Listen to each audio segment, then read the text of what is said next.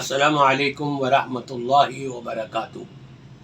ان الحمد للہ والصلاة والسلام علی رسول اللہ وعلی آلہ واصحابہ وسلم تسلیما کثیرا کثیرا۔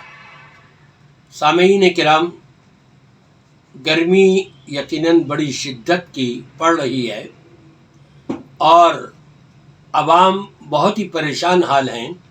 میری دعا ہے کہ اللہ تبارک و تعالی دنیا کی گرمی بھی کم کر دے اور آخرت کی جو حرارت اور گرمی ہے اس سے ہم سب کو بچائے اور محفوظ فرما دے۔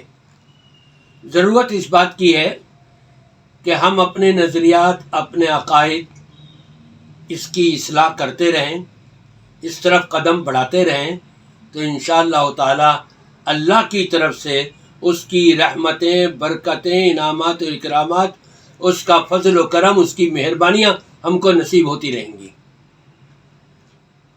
یہ کلپ سنا میں نے کہ مسلک بریلویہ کے بڑے پرانے پروفیسر طاہر القادری صاحب، انہوں نے اپنے بیان میں بڑی اچھی بات کر دی کہ لوگوں نے شخصیات کے اوپر اور شخصیات کے نام سے یہ فرقے بنائے ہوئے ہیں، جماعتیں بنائی ہوئی ہیں، گروہ بنائے ہوئے ہیں، مسلک بنائے ہوئے ہیں۔ یہ سب غلط ہے۔ بات بڑی اچھی کی ہے۔ یہاں تو یہ دیکھنا ہے اس کائنات کے اندر ہمارے قرآن کے فیصلے کے مطابق اور نبی پاک صلی اللہ علیہ وسلم کی تعلیمات کی روشنی میں اگر ہمیں مخلوقات کے اندر کوئی سب سے زیادہ اعلیٰ اور عرفہ ذات نظر آتی ہے تو وہ ہمارے نبی محمد الرسول اللہ صلی اللہ علیہ وآلہ وسلم کی ذات اقدس ہے۔ تاریخ بتاتی ہے کہ آپ سے پہلے ایسی ذات، ایسی شخصیت نہ پہلے کبھی آئی اور نہ قیامت تک کوئی آئے گی۔ جب رب تبارک و تعالیٰ کے نزدیک تمام نبیوں میں، تمام رسولوں میں ان سب کے امام ہمارے نبی کو مقرر کیا گیا اور امام الانبیاء کا آپ کو لقب ملا، اور آپ نے جو تعلیمات دیں قرآن اور سنت، آپ نے فرمایا ترکت فیکم امرین، میں تمہیں دو چیزیں دے کر کے جا رہا ہوں، دو چیزیں چھوڑ کے جا رہا ہوں تمہارے درمیان۔ لن تضلوا ما ان تمسکتم بہما کتاب اللہ و سنتی۔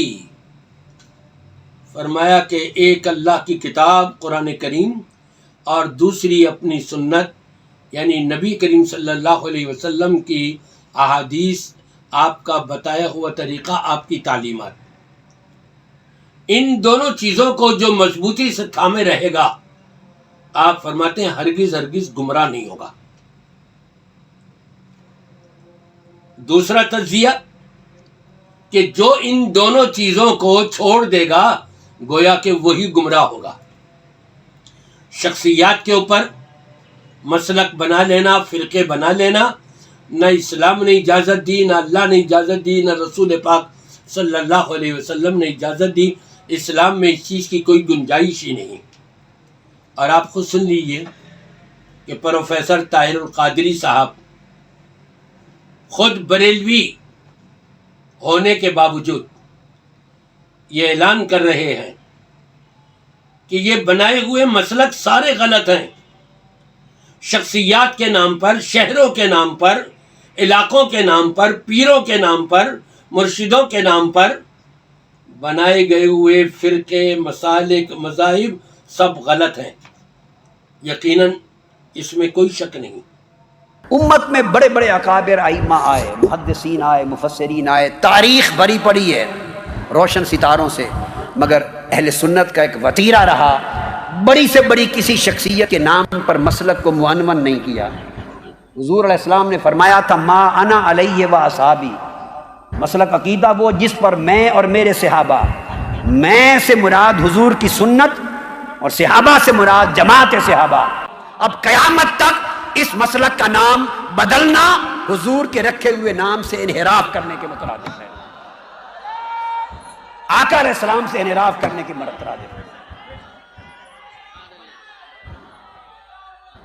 اگر آپ یہ کرنا شروع کر دیں، نسبت اساتذہ جو چاہیں آپ کے ہوں، میرے بھی ہیں، شیوخ جو چاہیں ہوں، جس سلسلے سے چاہیں منسلک ہوں، جس مدرسہ میں چاہیں پڑھیں، میں اصول سمجھا رہا ہوں آپ کو انڈیا میں، جس کسی عالم اور بزرگ سے چاہیں عقیدت رکھیں، یہ سب کچھ جائز ہے، مگر مسلک کا عنوان کسی بھی شخصیت، استاد اور شیخ اور پیر اس کے نام پر معنون نہیں ہو سکتا۔ آقا علیہ السلام نے فرمایا یہود میں 71 فرقے ہوئے، نصارہ میں 72 فرقے ہوئے، حدیث پاک، میری امت میں 73 فرقے ہوں گے، جتنے فرقے ہوں گے جہنم میں جائیں گے، اور جو جنتی ہوگا وہ ملت ہوگی۔ صحابہ کرام نے پوچھا یا رسول اللہ وہ کون ہے؟ فرمایا الجماع، وہ فرقہ نہیں ہوگا، وہ جماعت ہوگی۔ اس لیے میں عمر بھر فرقہ پرستی کے خاتمے کی بات کرتا ہوں، اس لیے کہ فرقے جہنم میں لے جاتے ہیں۔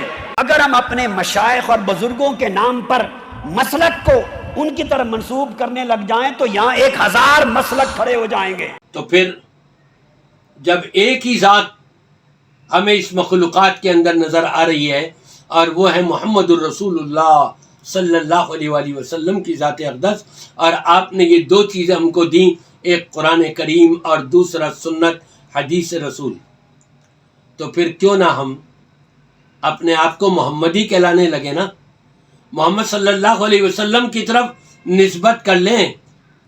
اور نبی نے جو دو چیزیں دی ہیں، ایک قرآن جس کو اللہ نے حدیث بھی کہا ہے، اللہ نزل احسن الحدیث، اللہ نے بڑی بہترین حدیث نازل کی ہے۔ قرآن کو بھی حدیث کہا گیا، نبی کی تعلیمات کو، نبی کے فرمان کو، نبی کے عمل کو، اس کو بھی حدیث کہا گیا، تو پھر ہم اس طرف کیوں نہ اپنی نسبت کر لیں؟ کیا ہی اچھا ہو کہ ہم امت کی ساری شخصیات کی طرف نسبت کرنے کے بجائے اپنی نسبت صرف اپنے نبی کی طرف قائم کریں۔